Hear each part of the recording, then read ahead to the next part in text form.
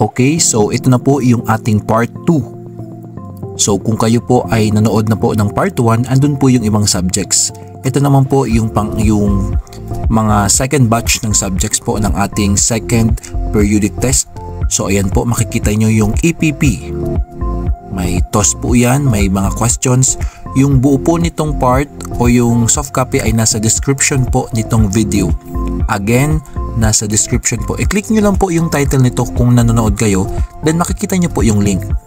Next subject po yung AP. Ayan po yung ating sample na tanong.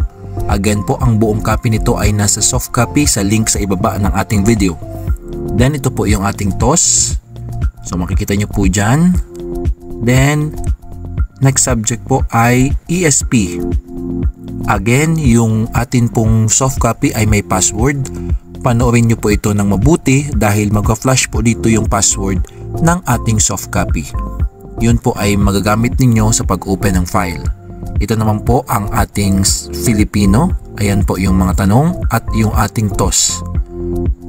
Sa ating mga nanonood, kung ito po ay inyong nagustuhan at nakatulong, pwede po kayong mag-like and subscribe.